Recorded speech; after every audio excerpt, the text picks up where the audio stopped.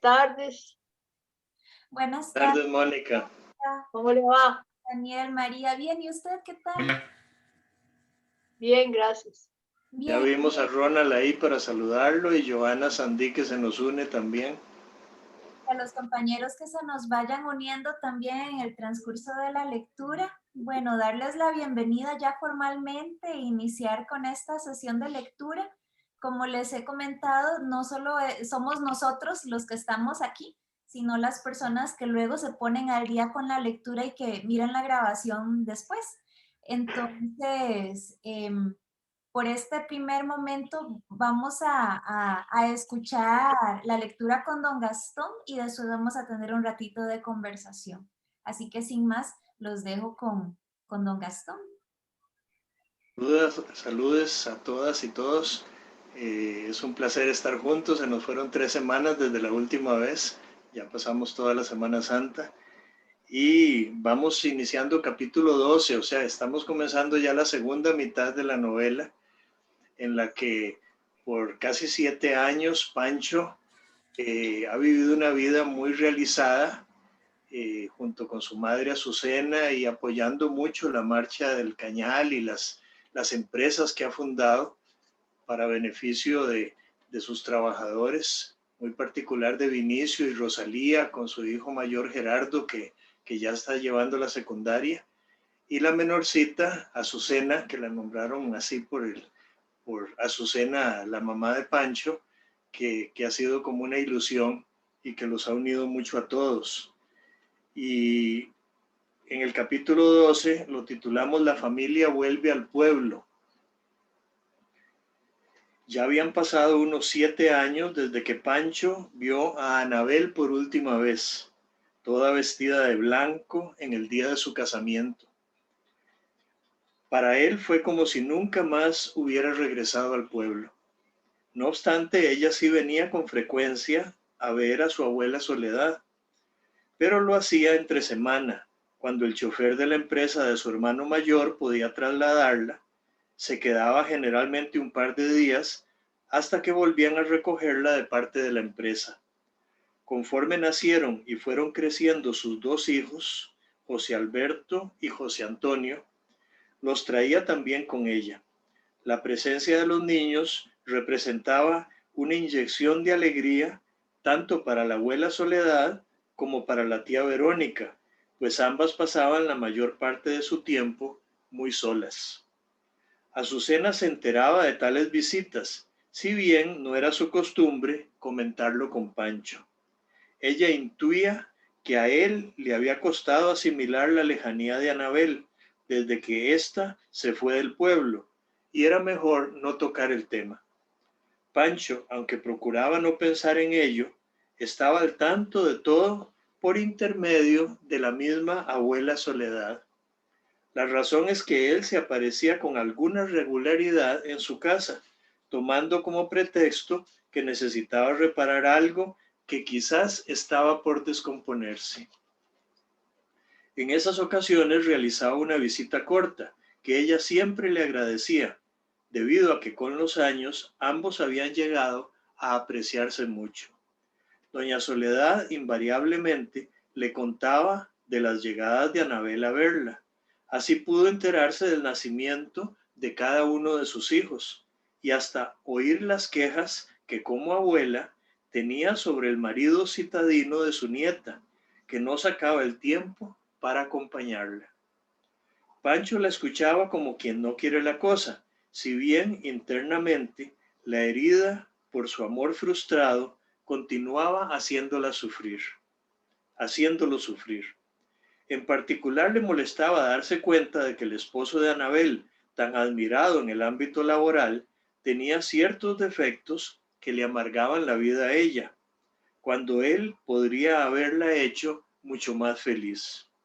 A pesar de eso, desde aquella noche en que escribió su carta de despedida, la cual permanecía guardada dentro de su billetera sin volver a leerla, Pancho se empeñaba en dar por cerrado para siempre ese capítulo de su vida. El 7º año después del matrimonio de Anabel empezó y continuó con noticias tristes.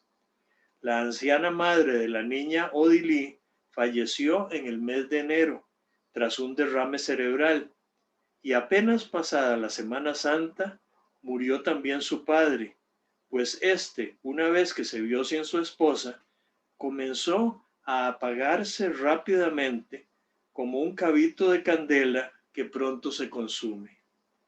Azucena y Pancho acompañaron a Odilí de forma cercana durante los funerales a los que acudió mucha gente del pueblo, porque realmente, aunque recién pensionada, seguía siendo una maestra muy querida por todos.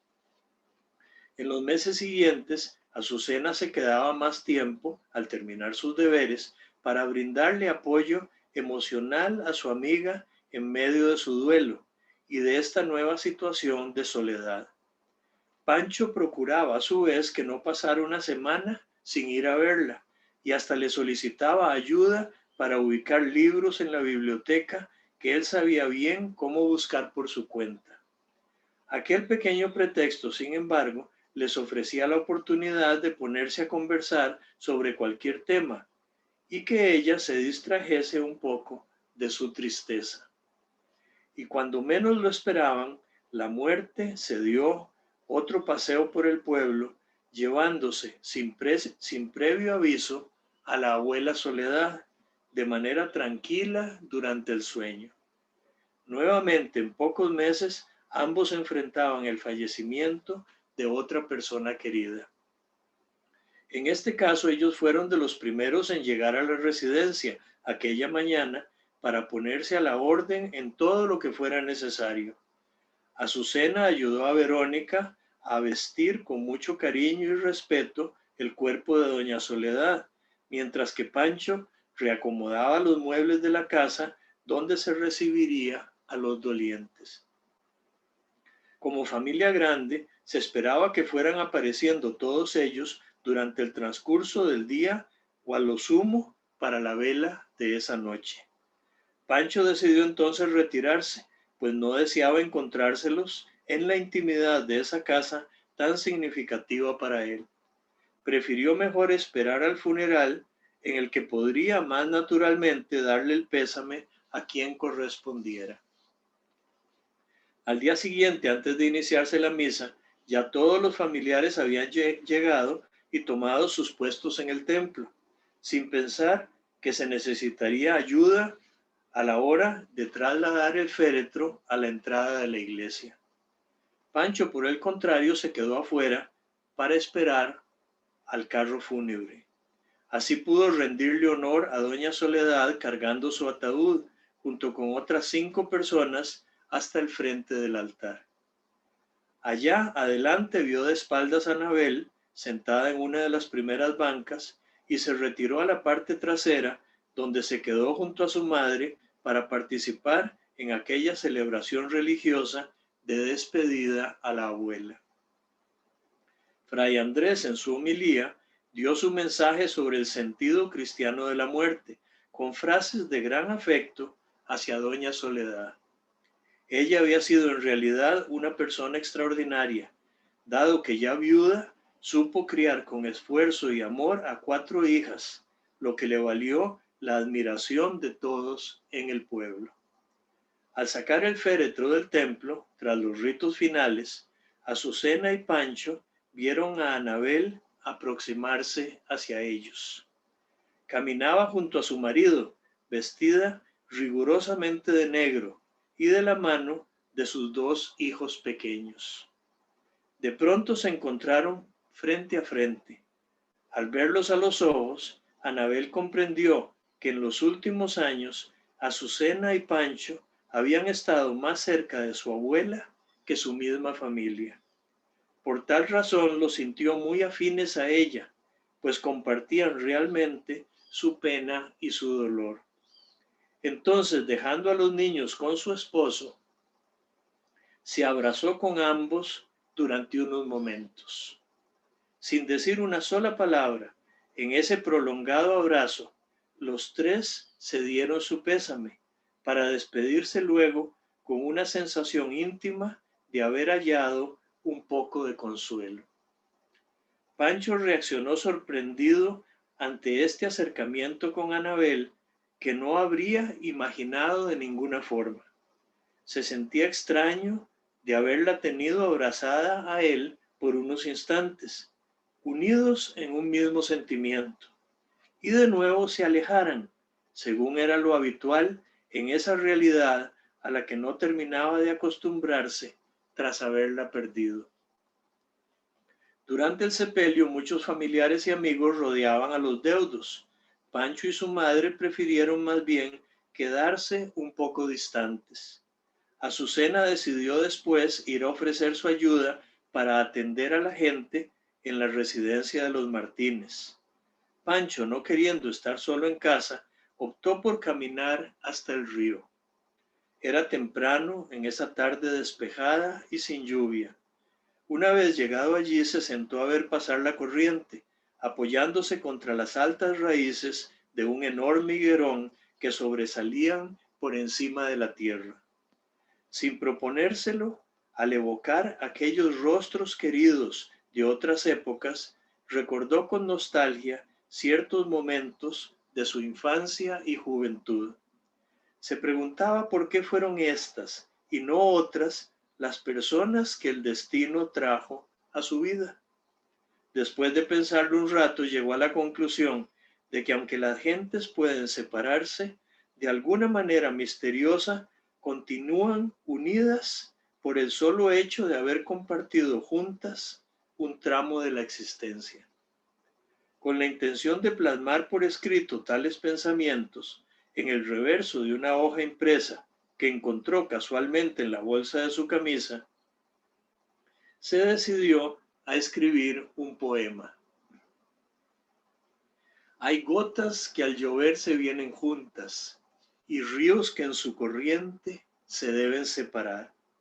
Gentes que se encuentran, se aman y se apartan hasta verse finalmente reunidas en el mar. La vida se pasa llena de esperanzas, momentos se pierden, recuerdos se ganan. Y los mismos sueños que hoy en tus manos celoso atenazas, serán como nubes que el viento arrebata. Se pasa la vida siempre fugitiva, como la corriente del río que en torrente se dirige al mar.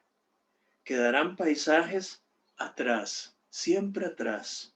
Pasarán personas a las que ya nunca podrás olvidar. Y de cuando en cuando, como quien descansa de su largo andar, en otra ribera, cerrando los ojos, querrás recordar. Parientes y amigos de un mismo camino, gotitas de lluvia que acercó el destino, rostros de la infancia que tanto quisimos, amores lejanos que ya no vivimos. Recuerdos de un día, sean tristes, gozosos, tan solo pensarlos nos empapa el alma de melancolía. En el par de meses siguientes al fallecimiento de la abuela, se dieron dos eventos importantes. Uno incidió en el otro de forma que los acontecimientos se fueron alineando para que al final ocurriera el regreso de Anabel al pueblo, acompañada de su nueva familia. El primer evento se debió a una carta que doña Soledad había dejado en manos de su hija Verónica para abrirse solo después de su muerte.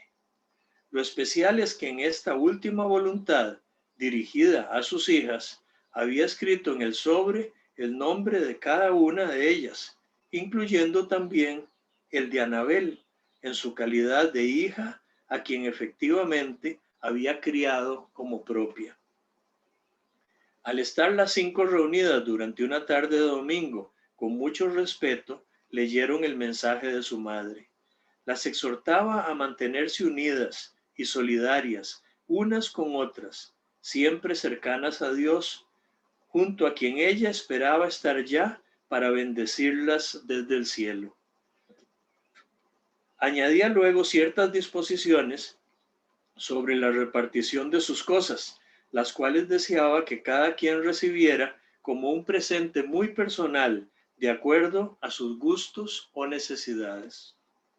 Al terminar la lectura, todas pudieron comprobar que su madre en verdad había pensado bastante sobre aquello que convenía dejarle a cada hija. En cuanto a Anabel, en una carpeta de cuero labrado, reunió todos los dibujos que ella hizo desde que era niña, por lo que resultaba patente el progreso logrado en sus diseños conforme crecía. Este regalo emocionó muchísimo a Anabel, pues la mayoría de tales ilustraciones, paisajes y retratos los creía perdidos. Por tanto, le agradeció infinitamente a su abuela que se hubiera tomado el cuidado de conservarlos para dejárselos luego como una herencia más valiosa que cualquier otra cosa material.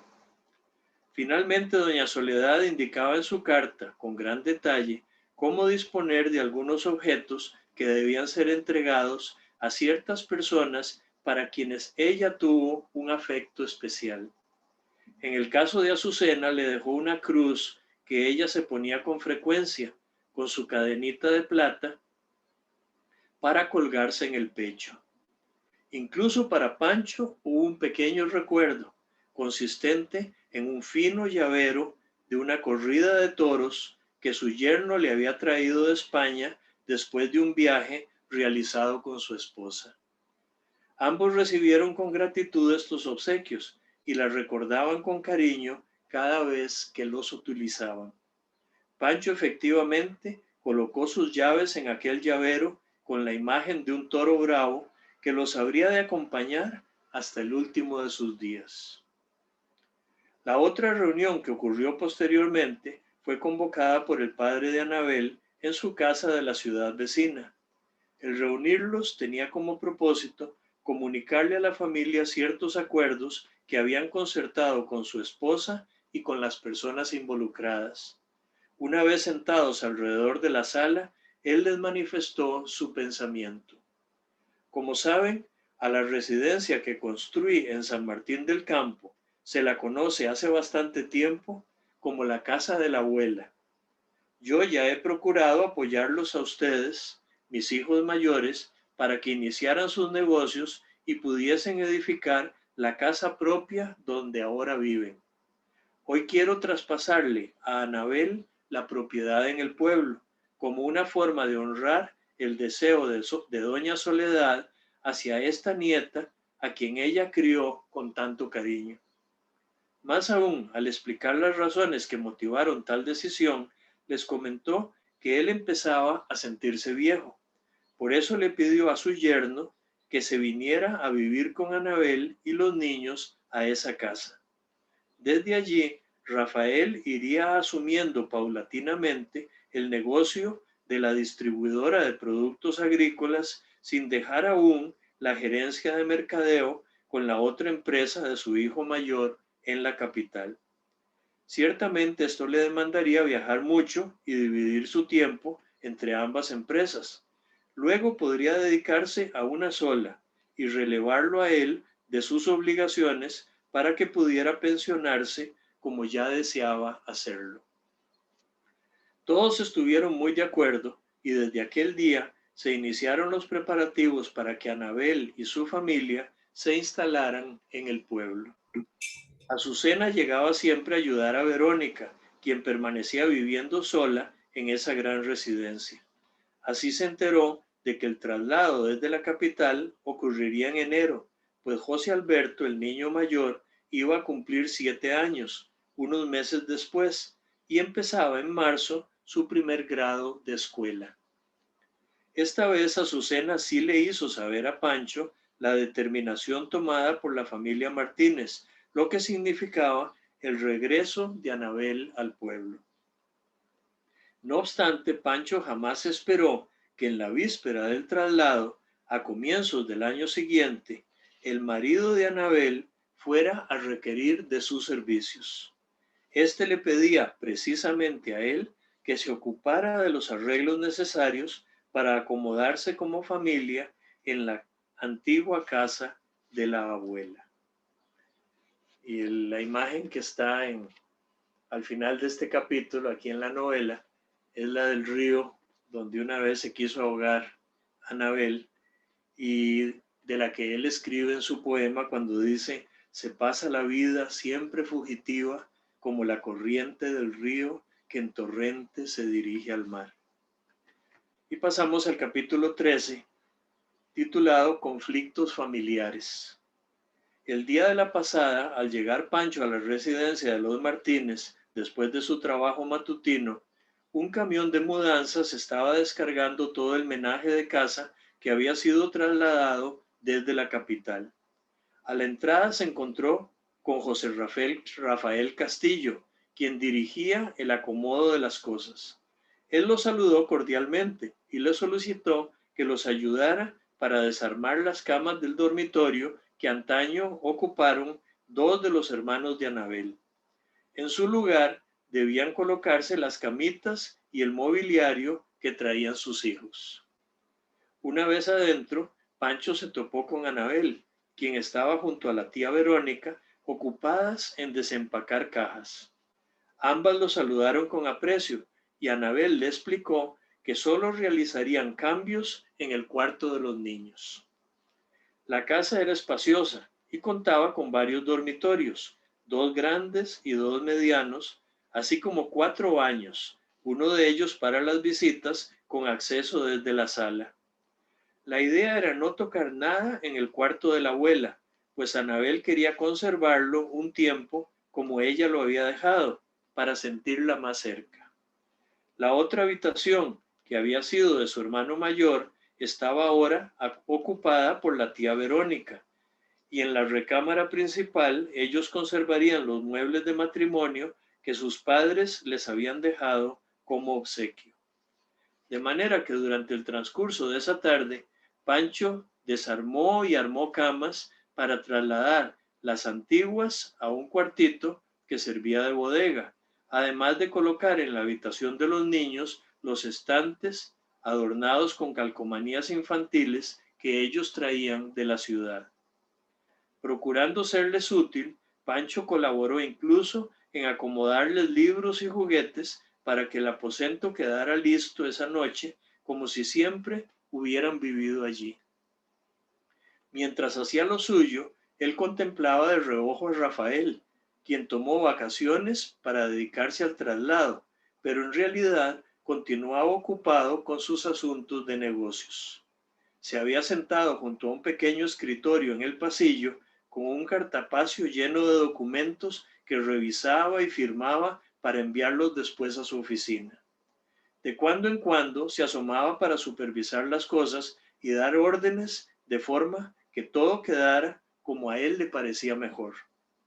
En un cierto momento en que se requería que Rafael sostuviera cada uno de los estantes que Pancho iba atornillando a la pared, pasaron un buen rato juntos, sin pronunciar palabra, pues en realidad no tenían nada que decirse.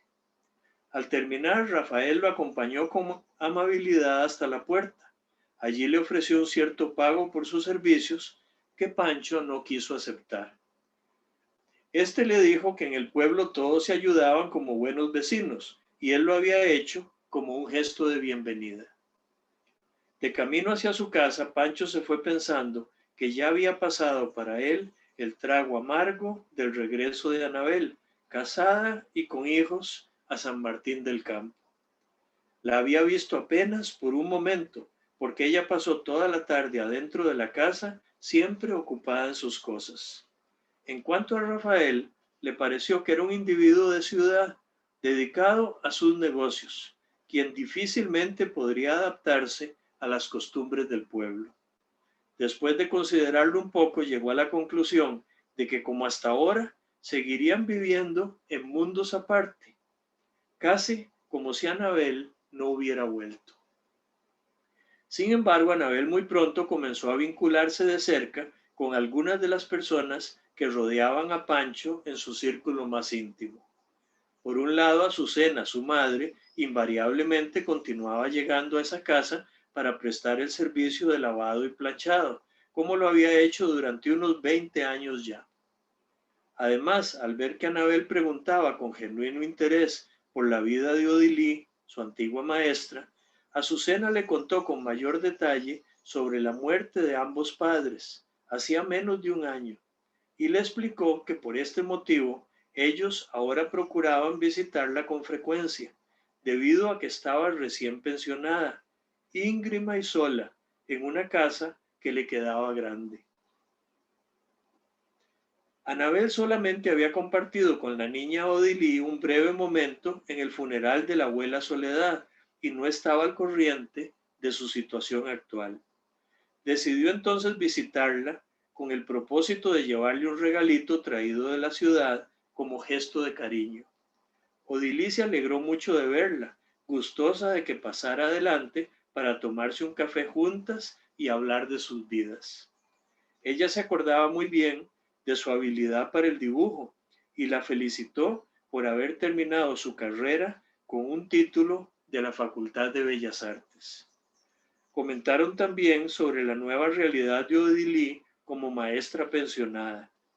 Anabel le confió que hubiera deseado que continuara activa, pues su niño mayor estaba por comenzar la primaria y le hubiera encantado ofrecerle el mismo tipo de educación que recibió de ella.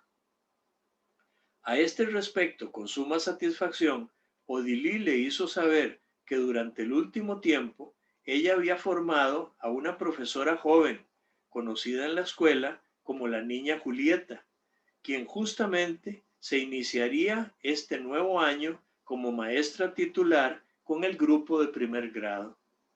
Esta noticia alegró mucho a Anabel y se pusieron de acuerdo antes de despedirse para que Odilí viniera otra tarde junto con la niña Julieta a visitarla a su casa.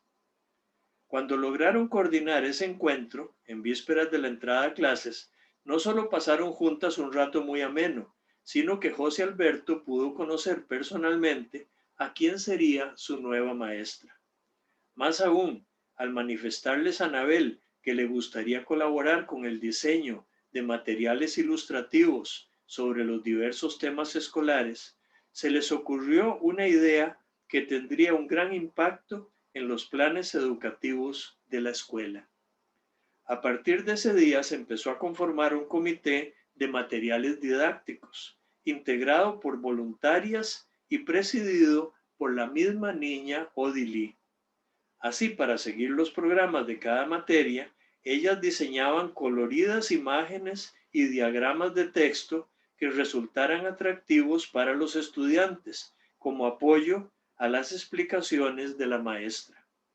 En una época en la que no se contaba con medios tecnológicos más modernos, aquellos materiales ilustrativos constituyeron un aporte valioso que elevó la calidad de la enseñanza para los escolares durante sus estudios primarios. Posteriormente, estos quedaron como un legado para las siguientes promociones en la Escuela de San Martín del Campo. Este trabajo colaborativo significó para la niña Odilí, ya pensionada, al igual que para Anabel en su rol de mamá con hijos pequeños, una experiencia de realización personal y profesional maravillosa. Asimismo, les brindó la oportunidad de cultivar un nuevo vínculo de amistad y superar las distancias generacionales, lo que también ocurrió con algunas de las otras compañeras del comité. Curiosamente, entre ellas se encontraba Rosalía, la esposa de Vinicio Corrales, cuya hija menor, Azucena, coincidía en edad con José Alberto y en adelante serían compañeritos a lo largo de la escuela y el colegio. Durante el siguiente año en que el segundo hijo, José Antonio, entró a cursar su primer grado, se dio una crisis en el matrimonio de Anabel que a ambos los afectó mucho. Ya Verónica le había contado a Azucena, mientras planchaba la ropa, que ella se sentía incómoda porque Rafael venía poco, debido a que la mayor parte de su tiempo lo pasaba entre la ciudad vecina y la capital, incluidos a menudo los fines de semana.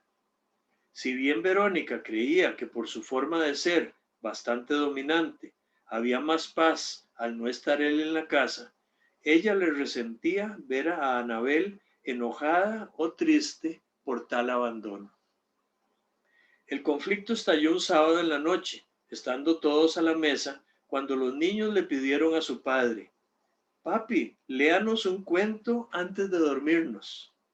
Al negarse Rafael con el pretexto de estar muy cansado, sin pensarlo dos veces, Verónica replicó con un comentario desabrido: «Claro, tener hijos no es solo engendrarlos, sino criarlos».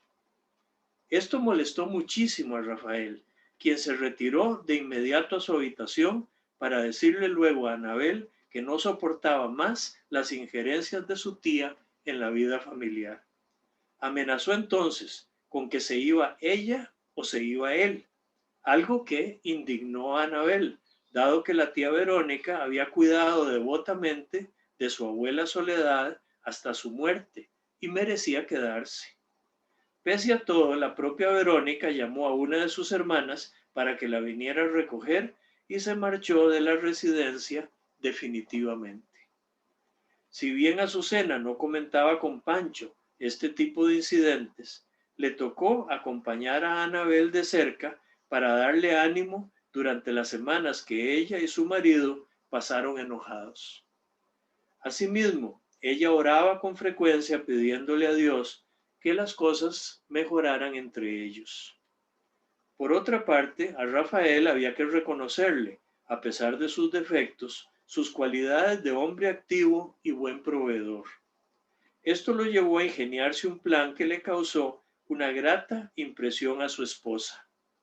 Una noche le dijo que había pasado por la casa de Pancho para solicitarle un trabajo especial. Mostrándole distintos diseños, le pidió que renovara el estilo y la distribución de los muebles en la habitación de sus hijos, con una decoración menos infantil, pues aunque ambos estaban aún en primero y segundo grado, se le iban haciendo grandes. En consecuencia, quería construirles nuevas camas con un estilo original consistente en una cama doble abajo para cada uno de ellos y otra arriba de tipo camarote. Así podrían invitar a veces a algún compañero a dormir con ellos en su cuarto. Además, requerían de un escritorio personal donde hacer sus tareas, al igual que nuevos estantes de libros y un baúl a los pies de sus camas para guardar los juguetes, porque al fin y al cabo todavía seguían siendo niños. Anabel quedó impresionada con tales iniciativas y las cosas se normalizaron gradualmente entre ellos, mientras Pancho se presentaba por las tardes para realizar estos trabajos. José Alberto y José Antonio admiraban la destreza de Pancho para construir cosas y preferían pasar tiempo con él que irse a entretener en sus propios juegos.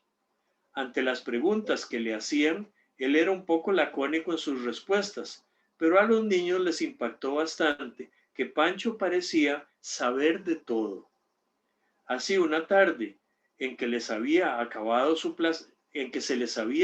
acabado su plasticina, terminaron hablando de la arcilla natural o barro de olla, con lo que se podía hacer objetos diversos, tales como tinajitas o figuras de animales. Al día siguiente, que era sábado, ellos le pidieron permiso a su madre para ir con Pancho a buscar arcilla en un cierto terreno junto al río, donde se pasaron parte de la mañana haciendo figuritas de barro. Posteriormente, él los llevó al taller de un ceramista en el pueblo, quien estuvo de acuerdo en coserlas en su horno para entregárselas otro día.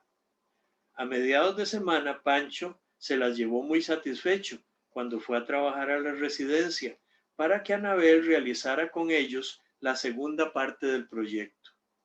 3 días después, los niños contemplaban maravillados aquellas pequeñas obras de barro cocido ya en su forma definitiva, en las cuales su mamá les enseñó a dibujar rasgos expresivos y a pintarlas con diversos colores. Justo en esa misma semana, la niña Odilí le había prestado a Pancho el texto en borrador de un librito titulado Después del barro, de Edgar Céspedes, un artista y pedagogo conocido suyo. En esta pequeña obra que estaba por publicarse, se narra poéticamente la epopeya del indio costarricense y su encuentro con la fe cristiana. Pancho quiso dejárselo a Anabel para que les compartiera luego a sus niños algún fragmento seleccionado y les mostró en particular la dedicatoria que decía: esta historia la he escrito para mis hijos y para los niños como mis hijos, a quienes la escuela no enseña que los indígenas de mi patria son también pueblo de Dios que construye la historia. Firmado por Edgar Céspedes. A partir de ese día, Anabel se enfrascó con gran interés en su lectura.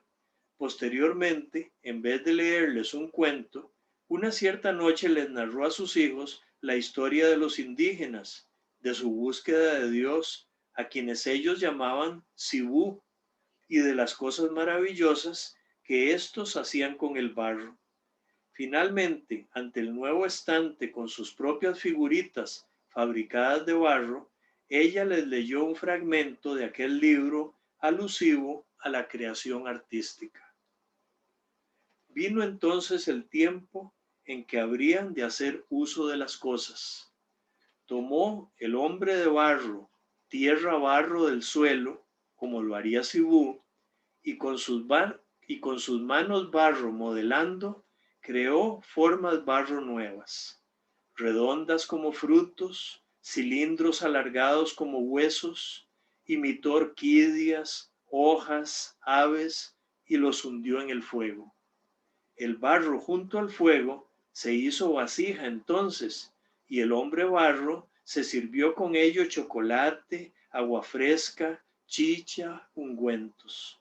Y la vasija se adentró en el hombre, y con el hombre historia entró en el tiempo.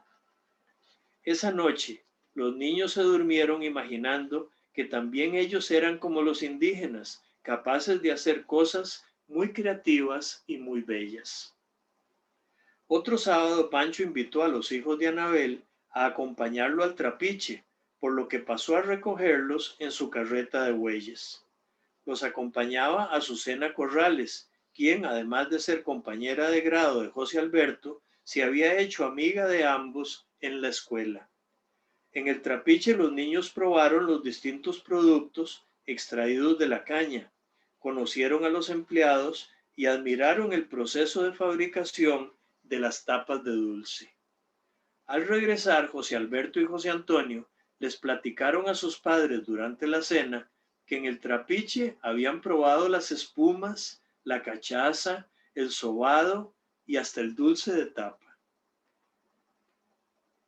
Pudieron asimismo tomar un vaso de jugo de caña para refrescarse y por la tarde un jarro de aguadulce caliente que les supo a gloria.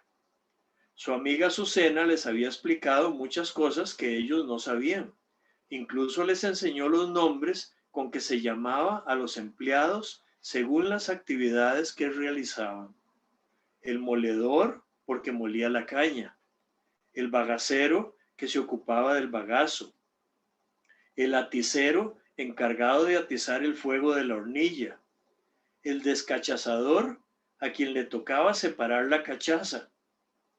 Y hasta el mielero, quien le echaba una medida de cal a la miel antes de batirla para ponerla espesa y así poder pasarla a los moldes. Ambos se sentían orgullosos de repetir todos esos nombres nuevos. Rafael, por su parte, los escuchaba complacido con esas vivencias del campo tan distintas a la suya. Desafortunadamente, aquello que comenzó como una cena agradable en familia desembocó después en una agria discusión de pareja. A la hora de acostarse, estando a solas entre ellos, Anabel les clamó: si tus hijos y yo misma te importáramos tan siquiera un poquito, podrías organizarte para regresar al pueblo los viernes en la noche. Así compartirías con los niños estas experiencias que tanto les divierten. Sí, claro, comentó él, herido en su orgullo. Esto es lo que me gano por trabajar duro para darle el sustento a mi familia. Ya veo que en esta casa nadie reconoce mis esfuerzos. Al menos en la empresa Hay personas que me valoran y me tratan con mayor respeto. En fin, aquella noche se durmieron nuevamente disgustados, aunque Rafael, para sus adentros, empezaba a admitir que debido a sus muchos enredos, malos y buenos, estaba arruinando su matrimonio. Se sentía también culpable de perderse esos momentos irrepetibles en la niñez de sus hijos, a quienes tanto amaba.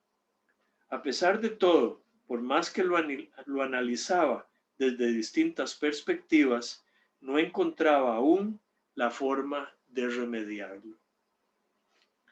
Y ahí se nos termina el capítulo 13 con una imagen del mielero donde está echando la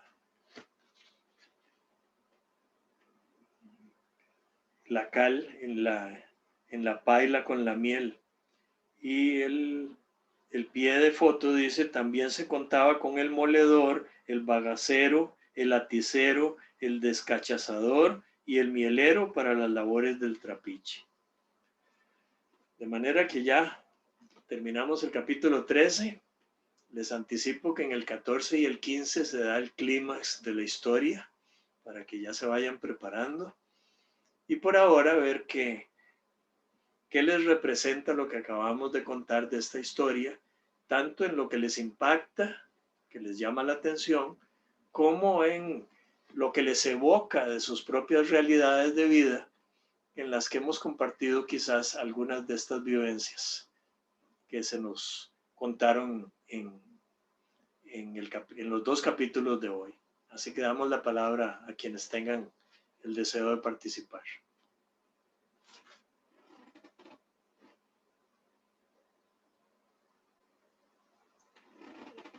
Adelante, Julieta. Recuerde activar su micrófono. Muchas gracias, Gastón. Muchas gracias, Claire, por organizar estas lecturas. Lástima que yo me he perdido algunas. Bueno, yo leí el libro hace mucho y lo he repasado alguna vez. Pero me interesa este capítulo, además de que empiezan a plantearse las diferencias de matrimonio entre ellos, entre la pareja esta, el hecho de haber aprovechado para explicar esa tradición tan linda de los trapiches, de la producción de caña, de dulce de caña y la producción de todas esas cosas tan ricas que se comen en los trapiches. Desgraciadamente los trapiches cada vez son menos y menos visitados, cuesta más visitarlos, ¿verdad? Yo cuando estaba chiquilla sí me llevaban mucho a los trapiches y era un gusto ir ahí y disfrutar. Los chiquitos de ahora, pues me imagino que muy pocos conocen de eso, pero sí es interesante que Gastón lo haya destacado y haya usado parte del capítulo para eso. Me gusta mucho. Y yo tengo una curiosidad o una casualidad. Mi abuela más querida se llamaba Soledad. Entonces yo me identifiqué mucho con ella y fue la que me enseñó el gusto por la lectura, porque nos leía todas las noches los cuentos y nos hacía cajetitas de coco y muchas golosinas que comíamos los niños. Para mí significó un personaje de mi infancia inolvidable, ¿verdad? Murió cuando yo tenía 11 años y para mí fue el primer duelo verdadero y la primera vez que alguien muy querido me faltó. Muchas gracias. Gracias, Julieta. Realmente a mí y a nosotros nos enriquece tanto esas evocaciones que vamos haciendo cada uno, cada una, a raíz de la historia con nuestras propias historias. Es que todos tuvimos abuelos a quienes quisimos y quienes se nos murieron en algún momento, a veces en esos primeros duelos. Y nunca es fácil. Y sin embargo es parte de la vida. Así que vamos a ver quién más nos quiere comentar.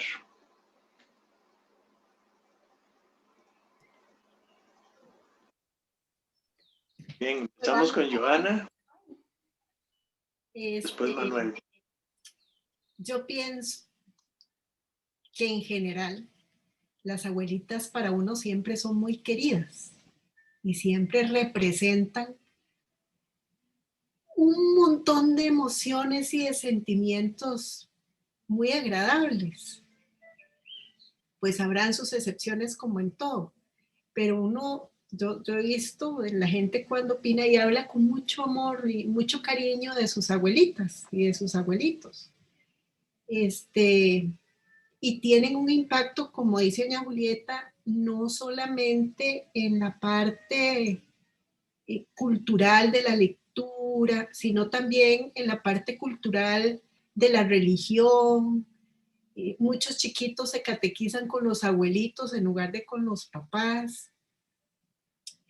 Los abuelitos tienen un papel tan lindo en la vida de las criaturas, y lástima que algunos de nosotros se nos vayan o se nos hayan ido cuando estábamos muy jóvenes, ¿verdad? Yo a veces envidio reconocer a la gente a los que los abuelitos les rinden, ¿verdad? Por mucho tiempo, porque qué bonito es crecer cerca de los abuelitos. Y yo recuerdo de mi abuelita, precisamente, que nos haya dado un pedazo de caña. Ahí mismo con machete, habían llevado caña, y ahí mismo con el machete, con una facilidad tan grande, porque no era un cuchillo, era un machete. Peló la cuestión, la partió, y salimos todos con los tuquitos de caña, a morderla y a morderla y a morderla, y hasta que le chorreaba uno, ¿verdad? El jugo de la caña por aquí mezclado con la tierra, porque se lo comió uno con las manos sucias, ¿verdad? En esa época uno no pensaba como en andarse lavando las manos ni nada de eso. Ahí mismo que se lo daban, así mismo se lo comía. Y entonces qué rico, porque conjunta dos dulzuras, ¿verdad? La dulzura del paladar y la dulzura del corazón. Eso era lo que quería compartir.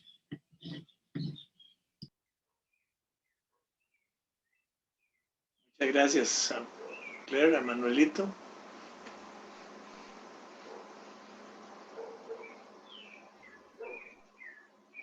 Mira, hay una cosa dos cosas con las que me identifico puntualmente en estos dos capítulos. Uno, cómo el tema en nuestras familias, con el pasar del tiempo, pues cómo hay acomodos, ¿verdad? Salen hijos, regresan nietos, sobrinos, o regresan hijos, reacomodos de los cuartos,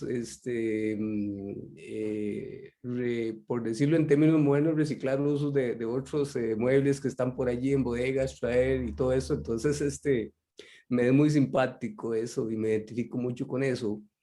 El regreso al hogar o a la casa que lo vio crecer a uno, o ir donde el abuelo o donde un tío, y evocar muchas cosas de eso. Y entonces este tema del regreso de Anabel y su familia, y sus niños, y del esposo de él, y cómo las cosas de la vida se ve involucrado Pancho en este tema de reacondicionar, ¿verdad? De la habitación y muebles y todo eso. Entonces, me identifico mucho con eso, y es gracioso, es simpático eso. En mi familia se ha dado mucho ese tema de regresar y entrar y todo eso, ¿verdad? Tanto hermanos, tíos y todo eso. Y en lo personal también.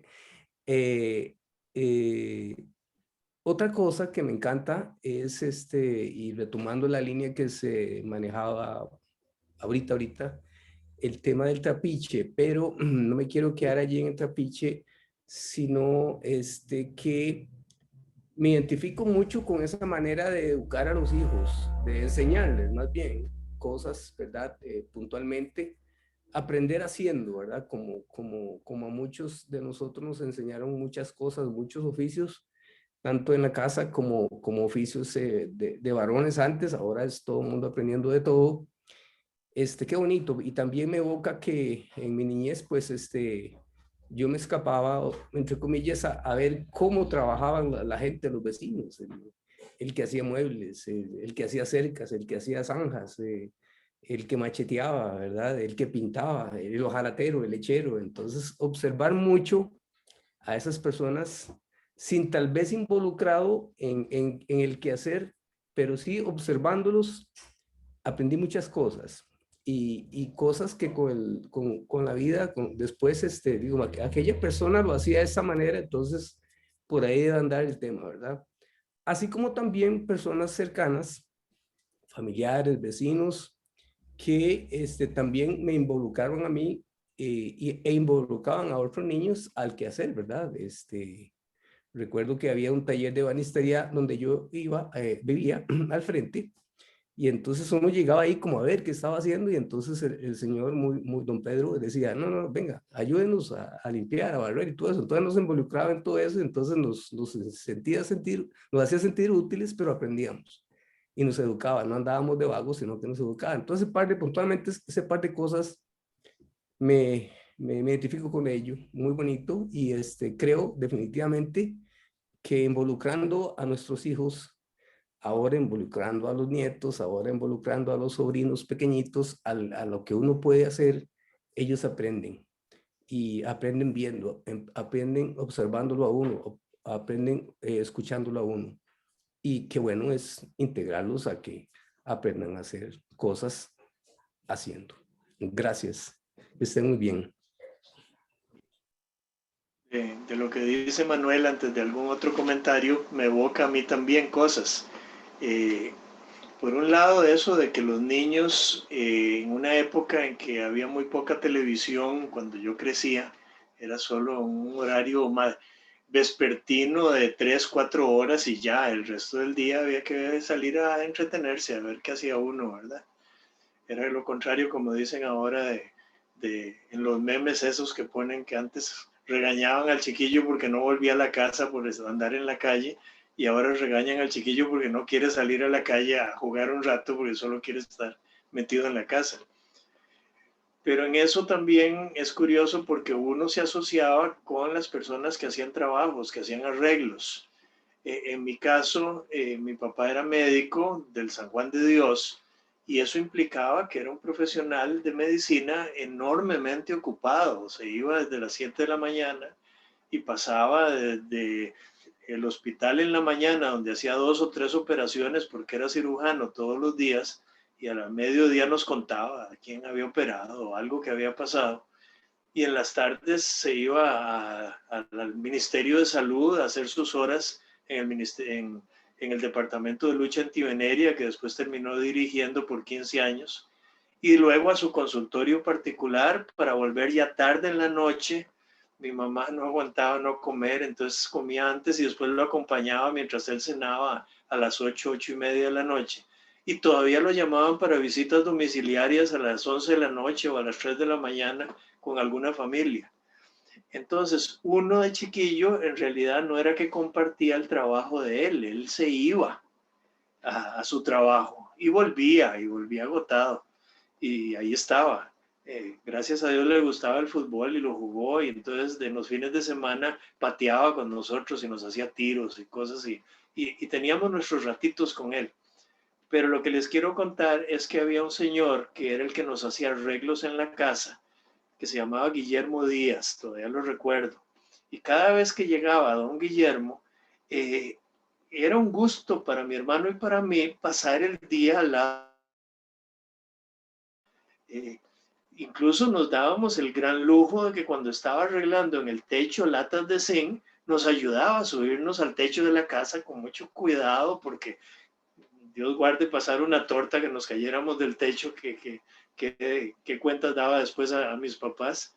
Pero estábamos ahí en el techo viéndolo a él pegar latas de zinc, y él contándonos cosas de su vida, cosas de sus hijos, del deporte, porque también le gustaba el fútbol. Pero a ratos, y es curioso porque tengo el recuerdo de don Guillermo, yo de 8 o 9 años, ayudándome como en brazos a bajarme del techo para llegar hasta el suelo. Y era como sentirlo un segundo papá. Era como que también había como un afecto hacia él, y sentirlo cerca era como sentir una figura paternal que complementaba la de mi papá, a quien yo quería tanto y que estaba cerca de nosotros a su manera en los fines de semana, pero su influencia era más en lo académico, en destacar en el estudio, en admirarlo por la medicina, cuidar cuando estábamos enfermos. Pero Guillermo Díaz era el práctico, era el que sabía hacer arreglos y cosas en la casa que mi papá nunca supo hacer. Entonces eran como complementarios. Y esto se los digo porque de alguna manera Pancho va empezando a jugar una función con los hijos de Anabel parecida a eso. Ellos lo empiezan a ver como una figura paternal porque él hace arreglos y ellos pasan con él mucho tiempo. Y ahí es donde lo acompañan hasta buscar barro de olla y hacer figuritas y después llevarlas a que las horneen. Y además la mamá era experta en dibujo y diseño y les enseña a ponerles colores y los gestos a las caras y todo de las figuritas. Entonces como que uno va uniendo, en este caso yo, con mis experiencias personales que se proyectan en la novela en este tipo de cosas. ¿Qué más piensan ustedes? María, adelante. Muchas gracias. Disculpen no tener la cámara, pero es que el audio, si no me entra cortadito. Espero escucharme bien. Dos aspectos, todo muy lindo, dos aspectos que se acentuaron al escuchar yo esta tarde. El primero, el cuestionamiento que se hace Pancho de por qué le ha tocado en su vida tratar con ciertas personas o que esas personas estén presentes en algún momento de su vida. Entonces, esto me lleva a meditar y a cuestionarse uno que el pasar de las personas tiene algún propósito o algún sentido en nuestras vidas. Me llamó poderosamente la atención que incluso Pancho hace reflexiones muy, muy atinadas, muy concretas. Y el segundo aspecto, el crear tradiciones por medio de los abuelos que se puedan ir heredando de generación en generación, de forma tal que, aunque actualmente es menos esa tendencia dentro de los niños y los jóvenes, procurar nosotros crear esas tradiciones que los abuelos tenían con nosotros y que los abuelos sean figuras importantes en la vida de los muchachos. En la novela se resalta cómo Anabel a lo largo de su vida acompaña a su abuelita, viéndola a ella como una hija. Entonces, hay momentos especiales en los que nosotros podemos crear o seguir reforzando tradiciones, como por ejemplo, qué sé yo, que acaba de pasar Semana Santa en algunas comidas, o hay muchachos que no conocen incluso la caña de azúcar, o menos comerla, o qué es el jugo de la caña. Procurarnos rescatar esas tradiciones que nos caracterizan a nosotros como costarricenses dentro de la juventud actual. Gracias. Muchas gracias, María. Joana. Hola, a Mariana la saludamos que está ahí junto con su papá. Saludos, Mariana. Qué gusto verte. Hola, ¿cómo estás, Gastón? Qué gusto verte, Mariana. Estoy aquí. Qué bueno que estés con tu Me papá. interrumpí de clase suya, perdón, Gastón. Ah, bueno. ¿Alguien más que nos quiera comentar?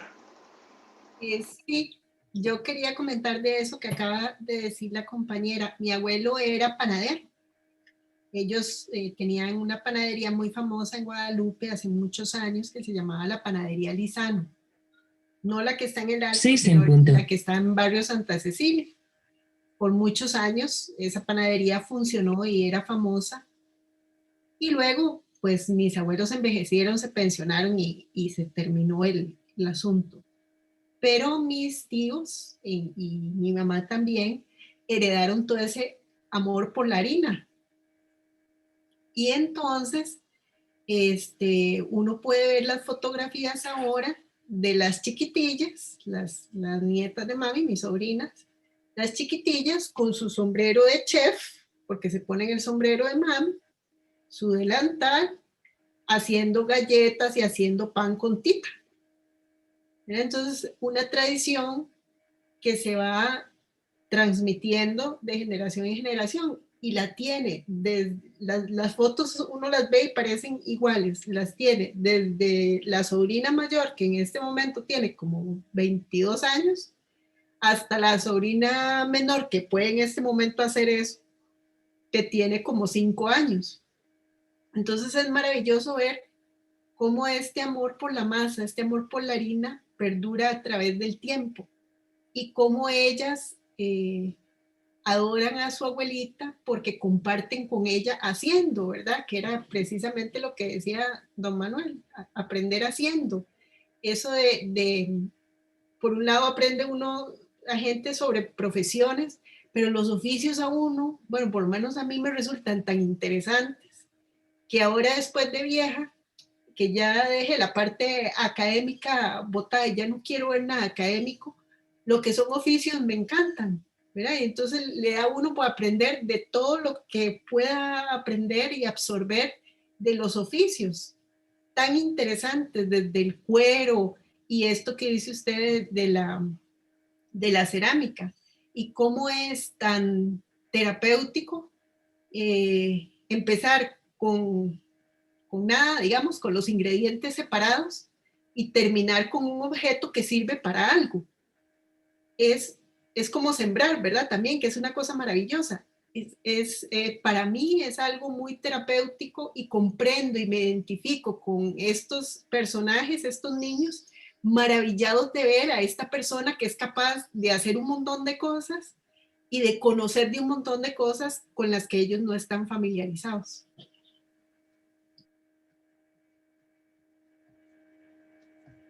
Julieta, adelante. Perdonen que vuelva a intervenir, pero estas dos últimas intervenciones de María y de Johanna me recordaron cosas muy lindas que están relacionadas con el capítulo de hoy, sobre mis abuelas, sobre todo con Soledad, porque Soledad convivió con nosotros sus últimos años. Entonces vivía en nuestra propia casa. Cuando enviudó, se trasladó a nuestra casa en San Pedro. Y yo aprendí con ella a cómo ser abuela. Los abuelos le dan a los nietos muchas cosas que a veces los padres no tienen tiempo de darles. Mamá era maestra y tenía que estar corriendo y corrigiendo y escribiendo su famoso diario de maestra que les exigían. Papá era comerciante, tenía su venta de mascotas en San José, fue la primera venta de mascotas que hubo en San José, el Aquarium Limitada, y vendía peces y todo, pero se pasaba muy ocupado.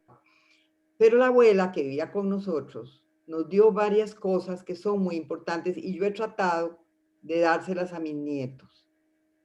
La primera es la autoestima. O sea, ella nos decía que nosotros éramos inteligentes, que nosotros teníamos que estudiar, que nosotros teníamos que leer. A ella no la dejaron estudiar. Cuando ella iba a entrar al colegio de señoritas a principios del siglo, su hermano mayor, porque ya el padre había fallecido, le dijo que las señoritas decentes no iban a estudiar, que se quedaban en la casa y aprendían labores, música y todas esas cosas.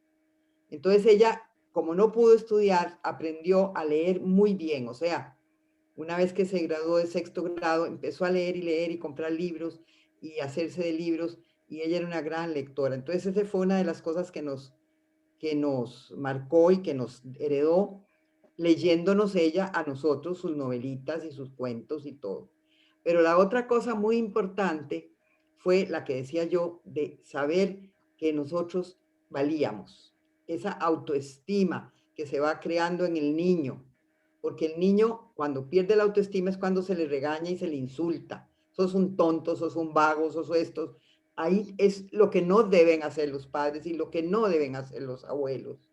Ella nos decía, nosotros valemos, nosotros somos importantes. Éramos 5 mujeres, 5 nietas que ella tenía, 5 hermanas, y a todas nos educó en ese sentido. La otra gran cosa que a mí me enseñó fue su sentido del humor. Ella era de un sentido del humor maravilloso. y ella de todo sacaba un cuento, sacaba un chiste, sacaba algo como para aliviar el momento, ¿verdad? Cuando era tenso. Y eso lo aprendí yo también con ella. Entonces a mis nietos yo he tratado de darles eso, el amor por la lectura, la autoestima, el sentido del humor. No sé si lo he logrado, pero siempre he tratado, porque creo que los abuelos son los indicados para que transmitir esas cosas. Además de las tradiciones que dicen ustedes. Ella nos enseñó a hacer las cajeticas de coco, por ejemplo, ¿verdad? Y otros dulces que ella hacía, las hacía con nosotros para que aprendiéramos. En fin, es interminable. Bueno, yo tengo varios poemas dedicados a ella, donde hablo de ella, y ahora un libro de relatos que estoy haciendo, tengo relatos sobre ella también. Muchas gracias por suscitar esta conversación tan linda. Qué valioso, Julieta. Pero Daniel también quería compartirnos, así que estamos por escuchar a Daniel. Es algo breve. ¿Cómo me impactó el poema que se narra en el capítulo 12, cuando Pancho regresa al río después de haber hecho trabajos en la casa de Anabel? O sea, qué poema más lindo, Gastón, cómo lo felicito, de verdad. Mira cómo me llenó, porque usted habla ahí que las gotas caen juntas y que los ríos nacen juntos y luego se separan, y luego con el comentario que escuché acá también de que hay personas, ¿verdad? Son esas gotas o personas que son esos ríos que están en ciertos momentos de la vida que tienen gran impacto. Pero no me sorprendió tanto que se separen, sino como usted concluye el primer verso, es que se encuentran en el mar. Y yo, ese mar es el cielo, ¿verdad? Es precioso, o sea, me llegó montones, y de verdad que estoy tomando mucho gusto a la poesía con estos libros, de verdad. No era como muy apasionado a eso, no sé, pero de verdad que se dice mucho un párrafo de todo lo que es la vida. Muchas gracias. Es una alegoría, realmente, es una alegoría muy hermosa de la pareja y el mar, ¿verdad? Lindísima, lindísima, sí. El mar, cómo llegan las gotas.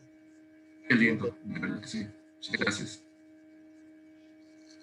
A mí me encantaría, pero tengo que dejarlos por 45 segundos mientras tal vez Claire nos comente algo de sus hijos.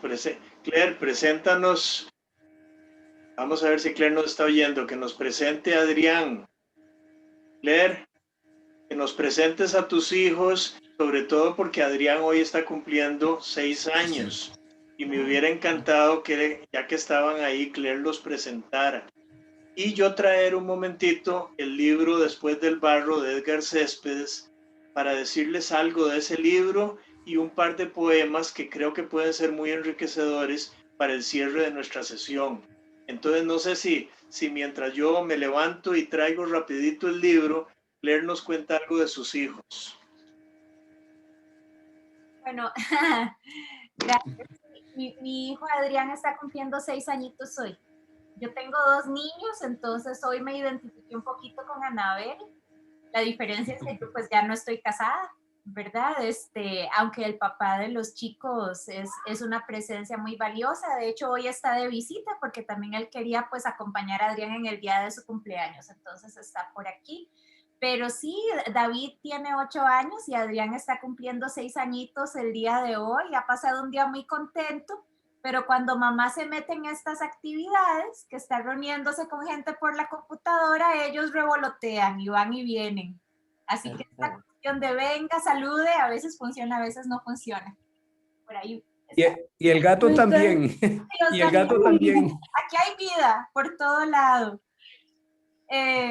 Y sí, claro, cuando uno quiere enseñar los gatitos ya desaparecieron. Tal vez una cosa totalmente fuera de tema, pero que yo quisiera aprovechar para comentar es que curiosamente y muy coincidentemente estaba leyendo uno de los libros de poesía de Julieta en esta semana, que nos han llegado tantas lluvias y me ha gustado mucho el poder estar compartiendo con algunas de mis amistades que que también ama mucho la poesía, el poema de las dos lluvias. Entonces, tal vez más tardito en el chat se los puedo compartir para que le den una lectura, pues porque para mí, que también soy, en palabras de Julieta, que también soy verbo de ciudad, esta semana de lluvias un poquito inesperadas ha sido importante. Y con lo que decía Daniel, tengo una amiga muy querida que ella vino a felicitar con su hijo Adrián hoy al mediodía, y ella me decía, ¿verdad? Porque tengo un grupito de amigos que nos gusta compartir poesía juntos, y ella me decía, Claire, yo no le escribo, yo siempre he dicho que no le entiendo, a esto de la poesía yo no lo entiendo, pero yo veo que ustedes como que les gusta tanto que a mí me gustaría como solo ir y escuchar. Y tan solo el que podamos compartir eso también acá en la lectura de la novela creo que tiene un valor muy especial.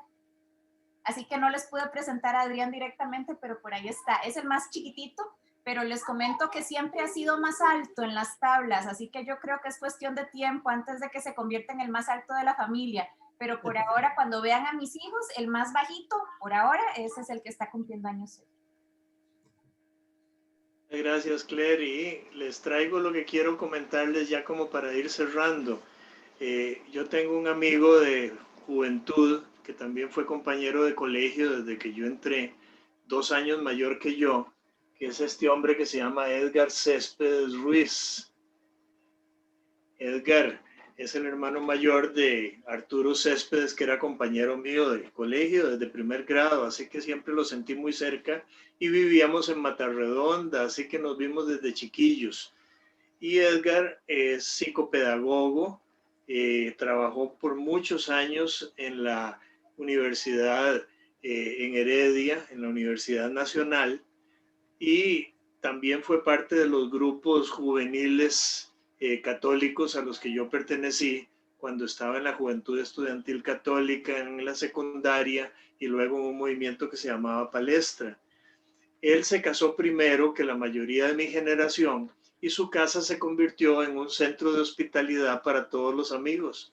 Más bien yo siento que los invadimos más de la cuenta, de maneras que ellos hubieran necesitado más privacidad en sus primeros 2, 3 años de casados, y nosotros considerábamos que la casa de ellos era nuestra casa y llegábamos a todas horas de día y de noche. Y Edgar a veces se quedaba conmigo haciendo sus obras porque es artesano, trabaja el barro, pinta y escribe. Entonces, para mí era maravilloso compartir con él su obra artística, al punto de que cuando él escribió este poemario que se llama Después del barro, la primera edición se la hizo de una manera muy rústica, editorial PEC, y luego, unos pocos años después, fue la editorial de la Universidad Nacional en Heredia la que le publicó su libro Después del barro. Y lo bonito es que a mí me tocó acompañarlo mientras iba escribiendo el libro, y leíamos en las noches lo que él iba escribiendo, al punto de que valoro muchísimo la dedicatoria que me hizo en la primera edición de Editorial PEC, donde me dice: para Gastón, y van a ver lo que les voy a leer, porque les voy a leer el Génesis y el Apocalipsis de este libro de los indígenas. Y él usa mucho el término barro para pensar en lo humano y viento para pensar en lo divino, en lo espiritual. Y entonces la dedicatoria dice: para Gastón, que sabe del viento y del barro, y que creyó que este librito debía publicarse, y que sabe también que poco faltó para que lo firmáramos los dos juntos. Gracias, y gracias por nuestra amistad junto al viento, y por nuestra manera de compartir el canto y la esperanza. Para María Elena, falta mientras escribíamos este canto al viento. Y esto me lo dedicó en el año 81, se publicó como en el 78 esta primera versión, en esa época. Y como yo lo cito en la novela, igual que más adelante citaré a Julieta también como personaje de la novela, él no está con nosotros hoy, no se hubiera podido unir, pero 2 de nuestros grandes amigos nos han acompañado en estas sesiones, que son Helio Fallas y Edgar Enrique Chacón. Hoy no nos acompañan, pero hemos sido del mismo grupo, el mismo puñado de amigos que hemos caminado juntos por 50 años. Y entonces, en algún momento yo le voy a pedir a Edgar Céspedes que con la grabación del programa de hoy, de la sesión de hoy, él pueda ver cómo lo evocamos a él, no solo en la lectura, porque Odilí parecía conocerlo a él y conocía este libro, y por eso fue que se lo dio a Pancho para que se lo diera a Anabel, y hacer este comentario al final, porque Edgar comienza con su Génesis escrito al estilo de los indígenas de Costa Rica, y quiero que ustedes lo escuchen. Es el canto 1 y después les leo el canto último. Y el canto 1 dice: antes, muy antes de ahora, pero después del barro, después que el barro tomaran conciencia de hombre y anduviera con los ojos abiertos al viento, después que las manos de barro le dieran forma al cuerpo, mucho después que el barro diera nombre a las aves, distinguiera los mares y los cielos, caminara despacio los desiertos, se hiciera otra vez polvo con el polvo, se abrazara a otras manos y al barro de otros cuerpos, mucho después que el barro tomara conciencia de hombre, vino el hombre a sembrar su semilla en este suelo y germinó esta tierra pequeñita, dando a luz hombres nuevos. Eran color cacao los hombres del barro de este suelo, y era, como es ahora, pequeñita esta tierra que divide el gran mar en dos océanos. Había lagos y montes y volcanes y ríos y llanos y praderas, y no había nieve nunca, y el sol nunca abrasaba como en otras regiones de la tierra. Y cuenta la leyenda de una tarde en que Sibú Surá, Dios hecho barro y árbol y madera, reunió a los hombres barro de cacao y repartió los dones que tenía para sí de reserva. Les regaló la historia, porque dijo que sin historia no eran. Y supieron entonces nuestros hombres de dónde viene el viento y de qué barro nuevo habían sido hechos. Y supieron que las cosas de barro, menos los hombres barro, eran para ellos. La tierra barro suelo era de todos para hacer germinar barro alimento. Y después de contarles todo esto, Sibú Surá cantó con un canto distinto al de las aves y les dijo que cantaran con él. Y les dio el canto para cantar sus sueños y nombrar a las cosas y aprender el silencio. Esa tarde los hombres se cantaron sus nombres y las madres arrullaron con cantos a los niños pequeños y los hombres dijeron su primera palabra y fueron dueños del silencio. Solo faltaba un don, el de la danza. Se les dio de tercero. Tomó a los hombres barro de las manos y junto al río esa tarde Sibú danzó con ellos. Los hombres de cacao de esta tierra, que ya sabían su historia y tenían nombre, cobraron movimiento. Comenzaron a andar tomando entre las manos hojas, tallos, animales pequeños, piedras, agua, mariposas bellísimas que luego alzaban vuelo. Había troncos enormes, milenarios, con hojas verdinegras, y diminutas plantas se extendían como una alfombra inmensa.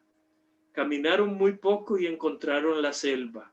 En las axilas de los troncos viejos, las orquídeas se abrían en temblorosa floración de estrellas, y unos monos saltaban en los árboles, mientras otros dormían su pereza. Bautizaron entonces una a una las cosas con sus nombres primeros. Era hermoso ser barro entre ese barro de formas y colores tan diversos. Sibú Surá los contempló a lo lejos y sonrió satisfecho, y se marchó callado para dejarlos a ellos disfrutar de esa fiesta de palabras y de historia y de danza y de misterio. Esa tarde, los hombres de esta tierra fueron como los hombres primigenios, el viento que fue el soplo primero, sopló también con fuerza sobre ellos. Y ese es el génesis de este poemario del hombre de barro, donde va contando toda la historia de los hombres. Y habría que seguir porque después ya viene cómo ellos empiezan a usar las cosas, y es el poema que aparece en el libro después en lo más secreto. Y para terminar quisiera leerles el credo con el que termina este libro, que es cuando los hombres españoles llegaron y los indígenas se confundieron si ese era el famoso esperado de los tiempos, que los aztecas lo llamaban de un nombre y los incas lo llamaban con otro nombre, y se confundieron porque eran blancos y ellos estaban esperando a alguien blanco que llegara. Y entonces es un poquito la historia de Gil González Dávila, cómo llega hasta Guanacaste y se encuentra con el cacique Nicoya, y empiezan a conversar juntos para decirles los hombres blancos cuál es su manera de interpretar la religión, y los indígenas tratando de comentarle a él cómo es que ellos la entienden, hasta que hacen una especie de síntesis entre las dos cosas. Y entonces en el encuentro entre el español con el indígena, en el canto sexto, y el canto séptimo es el del credo, Nicoya preguntó a los hombres blancos si venían del norte, si alguno de ellos era Quetzalcóatl, y preguntó también qué ocurría a la mirada del hombre cuando se hacía barro con la tierra, y qué estrellas había detrás de las estrellas que él veía, y qué decían los dioses acerca de la guerra, qué forma tiene el mar, y quién habita debajo de la tierra, por qué el hombre roba, por qué mata, quién gobierna a los dioses, quién a los hombres barro los gobierna. Los hombres barro blanco le dieron su respuesta. Nicoya pidió tiempo para pensar a solas, se adentró en un mutismo y esperó a que dulcemente llegara la noche de la verdad a su piel de cacao y a su inquietud de poeta. Después de algunas noches los convocó de nuevo. Junto a la comitiva se reunió todo el pueblo. Nicoya habló a los hombres extranjeros con gran convencimiento. Y el canto séptimo dice: dijo, creo y acepto compartir con vosotros vuestro Dios, vuestro canto y vuestro anhelo. Creo que aunque hayamos sido hechos de barros diferentes, hubo un soplo primero que al soplar sobre todos igualmente nos hizo hijos del mismo Padre Viento. Creo también que nunca se nos devolverá el silencio primero que perdimos el día que iniciamos la guerra.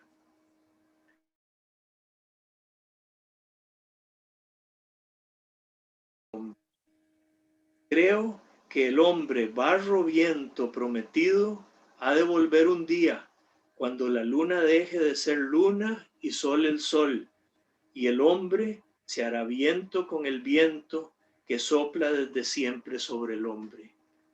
Y creo en el viento, que fue el primero y sigue siendo el mismo, que sopló sobre el hombre hecho de barro y tornó su mirada en esperanza, y se hizo brisa para ayudar a germinar el canto.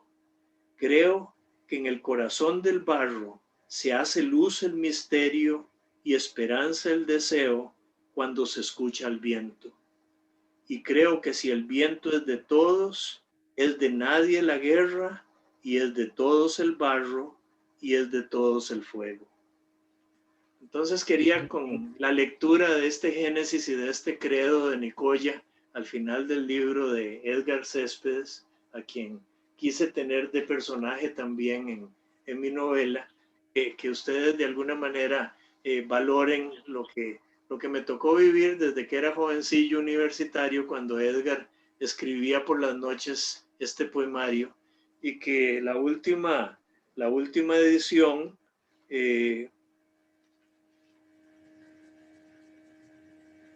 la publicaron desde 1993 y creo que no ha habido más ediciones desde entonces. Alguna vez hicieron un espectáculo en el Melico Salazar de danza, canto y poesía basado en este libro, pero quisiera homenajear a Edgar y que cuando él escuche esta sesión en la versión grabada por Claire de nuestra reunión de hoy, vea cómo le manifiesto todo el aprecio que le tengo y que de alguna manera pude compartir con ustedes un poquito de su obra. Así que gracias a ustedes y yo creo que ya casi estamos en el momento de la despedida. Muchísimas gracias. Gracias. Realmente hermoso. Muchas gracias a todos. Que tengan un lindo inicio de semana y nos seguimos comunicando. Gracias. Muchas gracias. De hoy en 15 para un par de capítulos que van a ser trascendentales en la historia de la novela. Así Sí. que esperen la lectura con ilusión. Adiós, Marianita.